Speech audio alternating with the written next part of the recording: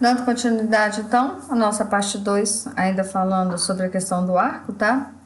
Então, de posse de todo esse conhecimento, tá? Dessas propriedades, gera uma série de medidas de controle que devem ser tomadas na etapa de projeto, na concepção do sistema elétrico, na especificação dos quadros de manobra, importantíssimo, viu? Estatisticamente, não pode ser completamente eliminado, tá? Então, o arco, a gente, por mais precaução que a gente tenha, por mais cuidado que se tome, por mais que se atenda às normas, você não consegue garantir 100% que não vai ocorrer o arco elétrico, tá? Então, por isso que é tão importante o uso das roupas anti-chamas, que devem ser adequadas, e ela é exigida pela NR10 no item 10.2.9.2 e regulamentada na NFPA 70I, tá? Que é um intitulado, digamos assim, padrão de segurança elétrica no local de trabalho.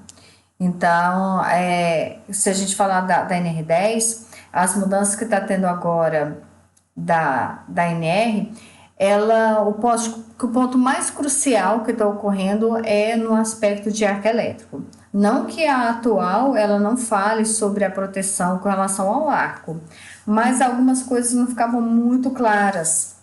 Então, a nova NR eles estão buscando especificar melhor, detalhar melhor essa questão da segurança com relação ao arco elétrico, tá?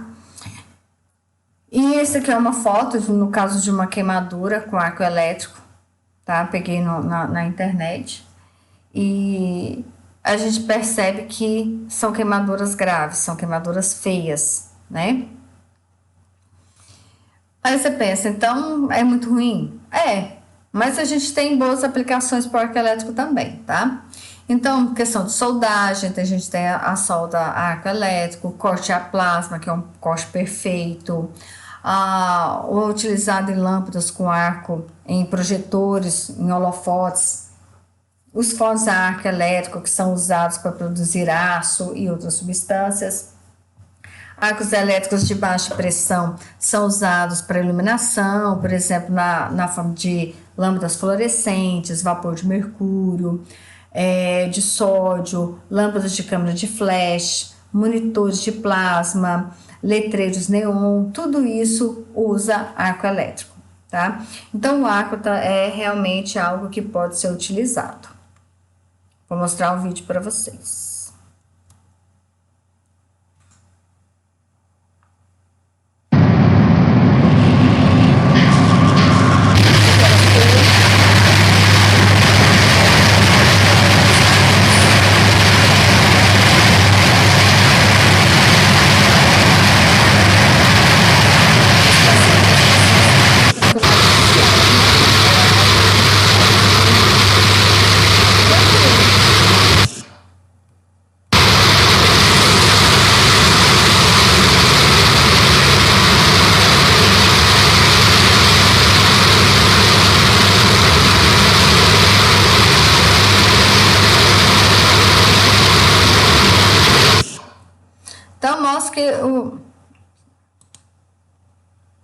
Então mostra que o arco ele é utilizado sim. Então nesse caso no forno a arco elétrico, né, é algo comum, corriqueiro. Você vê a pessoa andando ali tranquilamente, como se não tivesse acontecendo nada ali atrás, né?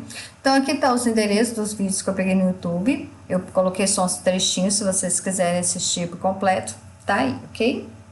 E a gente vai falar também um pouquinho sobre o campo eletromagnético. Os campos eletromagnéticos é gerado pela passagem de corrente elétrica nos meios condutores. Então, ele está presente em inúmeras atividades humanas, tais como trabalhos com circuitos e linhas energizadas, soldas elétricas, utilização de telefonia celular e fornos micro-ondas. A unidade medida, né, no caso, é o Tesla, símbolo T, e alguns cuidados especiais devem ser tomados com trabalhadores que possuem alguns aparelhos eletrônicos, como marca-passo, aparelhos auditivos, dentre outros. Pois esse funcionamento, né, desses aparelhos, ele vai ficar comprometido na presença de campos magnéticos intensos. Os efeitos danosos dos campos eletromagnéticos nos trabalhadores manifestam-se especialmente quando da execução de serviços na transmissão e distribuição de energia elétrica, nas quais empregam-se elevados níveis de tensão e corrente. Quanto aos de origem magnética, citamos efeitos térmicos, endócrinos e suas possíveis patologias produzidas pela interação das cargas elétricas com o corpo humano. Então, não há ainda uma comprovação científica com relação a essa patogenia, digamos assim. Porém, há indícios de que a radiação eletromagnética criada nas proximidades de meios com elevados níveis de tensão e corrente elétrica possa provocar a ocorrência de câncer, leucemia e alguns tumores no cérebro. Nada comprovado cientificamente, tá? Contudo, é certo que essa situação promove nocividade térmica no interior do corpo e efeitos endócrinos no organismo humano. Então, tanto isso é fato que especial atenção deve ser dada a trabalhadores expostos a essas condições, que possuem seu corpo próteses metálicas, como os pinos, encaixes, articulações, né? O povo coloca aqueles pinos de titânio e tudo mais. Pois a radiação, campo magnético intenso, promove o aquecimento intenso dos equipamentos, né, dos elementos metálicos, podendo provocar necroses ósseas, assim como os trabalhadores portadores de aparelhos e equipamentos eletrônicos, marca-passo, aparelhos auditivos, aqueles dosadores de insulina também, pois a radiação interfere nos circuitos elétricos e poderão criar disfunções e mau funcionamento desses aparelhos. Então, alguns casos reais, foi feita uma pesquisa, peguei uma delas, né? Na verdade, existem várias pesquisas sendo feitas com relação à questão desse campo.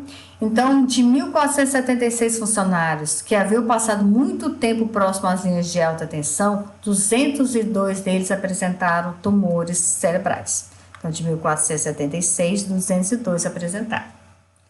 Tá? Isso convenceu, no caso, o pesquisador, né, de que existe algum nexo entre a radiação e os males observados. Embora o próprio pesquisador adverte, né, e admite que esses dados são muito preliminares. Não autorizam conclusões taxativas. Então, ele não pode afirmar que é isso mesmo. Mas fica difícil, porém, imaginar que o câncer não se associa à radiação, confessa o pesquisador. Estamos procurando sensibilizar as empresas do setor elétrico para a necessidade de um estudo de grandes proporções a respeito.